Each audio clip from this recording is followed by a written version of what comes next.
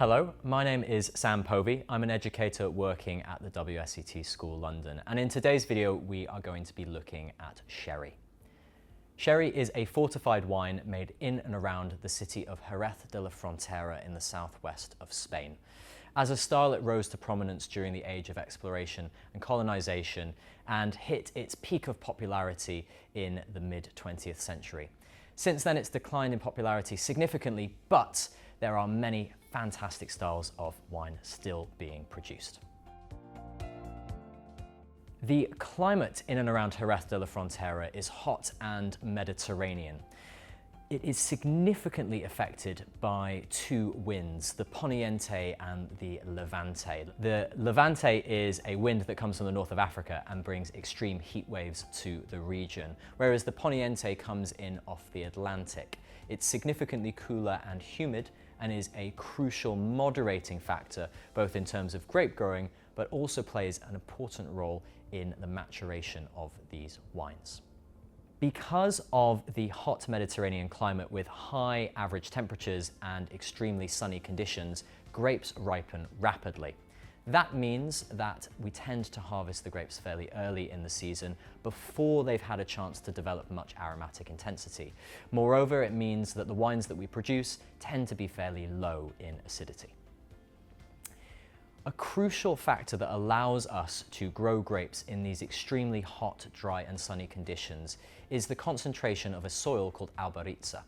It's a chalk-based soil that is extremely well suited to absorbing the winter rains that you get in the region.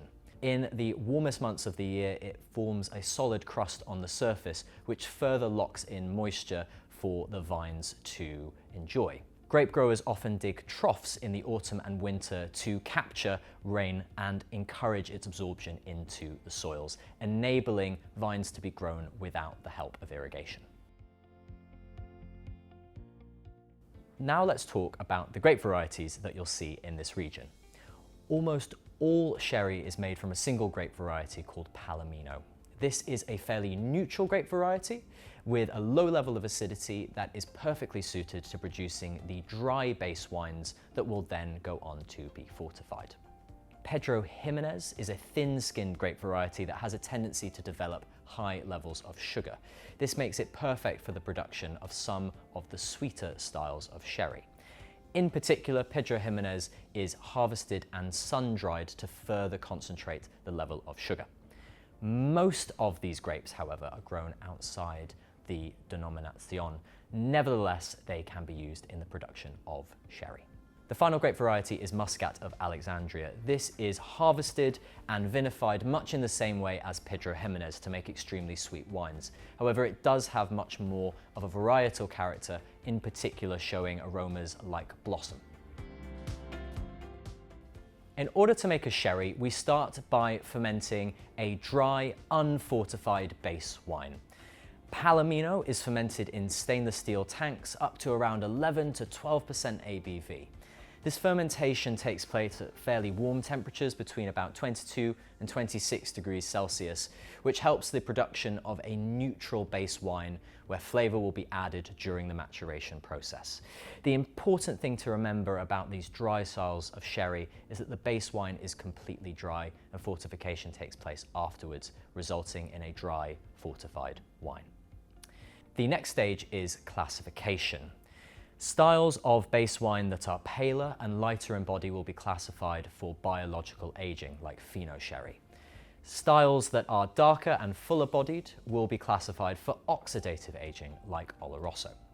Next up is fortification. A neutral spirit with 95% ABV will be added to the wines in order to fortify them. In the case of Fino sherries that are going to be aged biologically, they are fortified to a level of 15%. Whereas wines for oxidative aging are fortified to a higher 17% ABV. Once that integration has been completed, the wine is sent off for maturation. All sherry must be aged for a minimum of 2 years in 600-litre old oak casks known as butts. Styles that are biologically aged will be stored in very specific conditions to encourage the growth of a strain of yeast that is known as flor. The flor grows on top of the wines, imparting flavors like bread dough. The specific conditions needed are a relatively modest level of alcohol, adequate supply of oxygen, relatively cool temperatures, adequately high levels of humidity, and nutrients which the flor takes from younger wines as they are added for maturation. The warehouses where these barrels are stored are carefully designed to ensure that these conditions are met throughout the year. They generally have thick whitewashed walls to keep out the height of the summer heat, high ceilings to allow hotter temperatures to dissipate, and windows open to the west to allow that humid poniente wind in to keep the level of humidity high and the temperature down. In particular, styles of biologically aged sherry that are kept in the coastal city of Sanlúcar de Barrameda tend to produce very thick flor, resulting in a fresher style that is labelled as Manzanilla sherry. Oxidatively aged sherries will not develop flor because of the high level of alcohol that they are fortified to. As oxygen interacts with these wines, they'll develop oxidative characteristics like caramel, nuts, and dried citrus peel. Younger wines are added to older wines as they mature to help preserve some of the base wine's characteristics. But as the wine ages, the alcohol level does tend to increase because of evaporation. And in the oldest styles of oxidative sherries, you can find wines of up to 22% ABV. Now let's talk about how the maturation works in practice. The collection of barrels in which the sherry is aged is known as a solera system. The solera is a fractional blending system, which means that younger and older wines are continuously blended together. This means that almost all sherry is a non-vintage product. Before I get into exactly how this system works, it's useful to think about the reasons why we would blend in this way. The first reason is that for biologically aged wines, you need younger base wine to provide nutrients that will allow the flor to survive. In oxidatively aged wines, it's important to blend younger and older barrels to ensure a balance between oxidative characteristics and fruit characteristics. Finally, fractionally blended wines tend to be consistent regardless of vintage conditions. A solera is made up of multiple layers of barrels. The oldest layer is known also as a solera. The next youngest wines are known as the first criadera, then the second criadera, and so on, depending on how many levels the solera has. In this instance, we only have 3. When the solera wines are ready for bottling, a small amount will be extracted and sent off to be bottled as sherry. That solera will then be topped up with wine from the first criadera. And the first criadera will be topped up with younger wine from the second criadera. In this instance, the second criadera is the top level of our solera, and so is therefore topped up with wine, newly made fortified wine from the soprotable.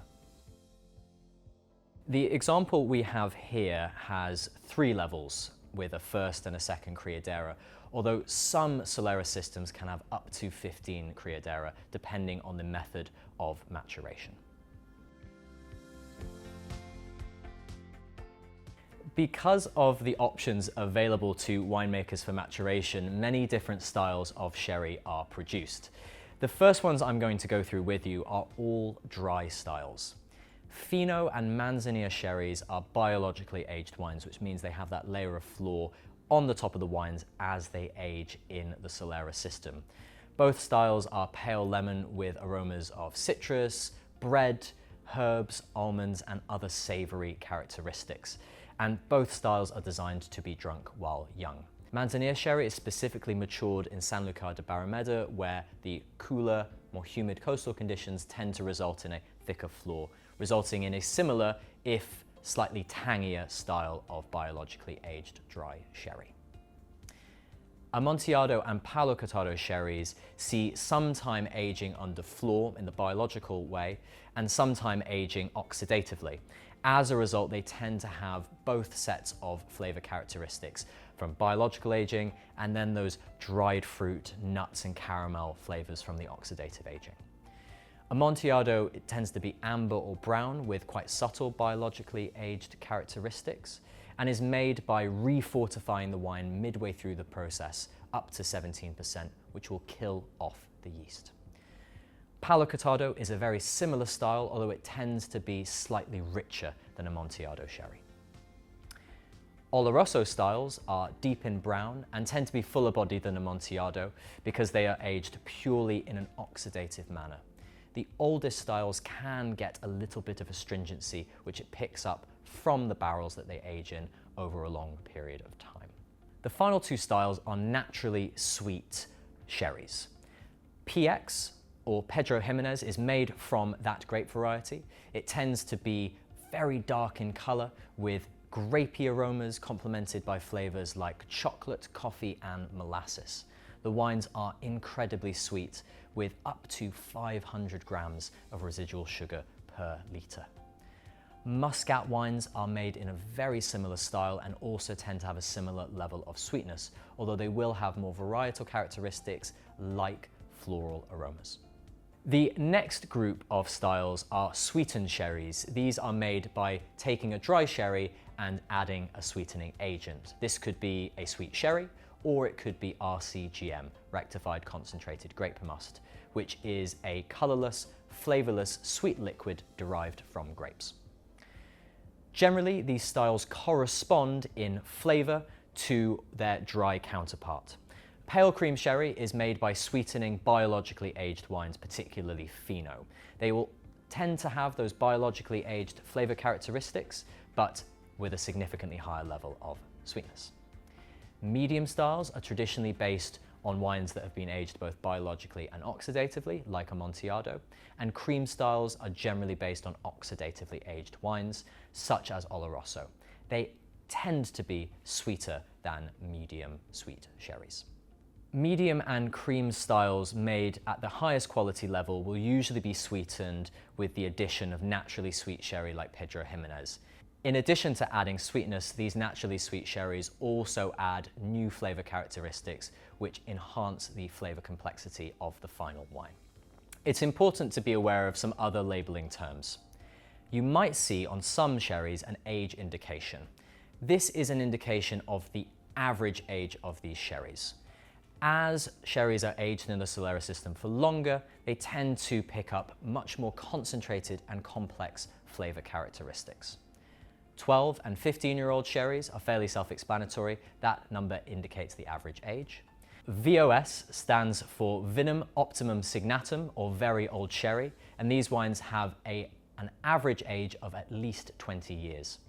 The top category is VORS, which stands for Vinum Optimum Rare Signatum, or very old rare sherry, and these wines have an average age of at least 30 years.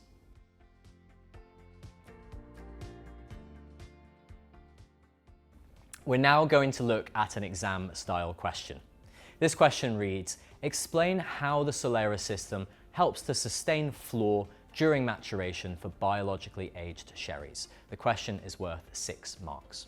Pay attention to the command verb here, explain, which requires you to link facts about the Solera system to the final style of the wine.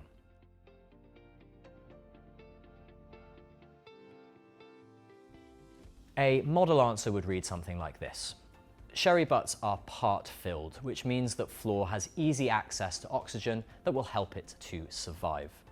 As well as consuming alcohol, the flor will consume nutrients in the wine. Therefore, the regular addition of new wine will keep a constant supply of nutrients to the flor. The wine will be drawn from a solera frequently during the year to make sure the flow of nutrients continues through the criadera. Keeping the average age of the wine to 3 to 4 years will ensure that enough nutrients for the flor are there for it to survive. Thank you for watching and good luck with your studies.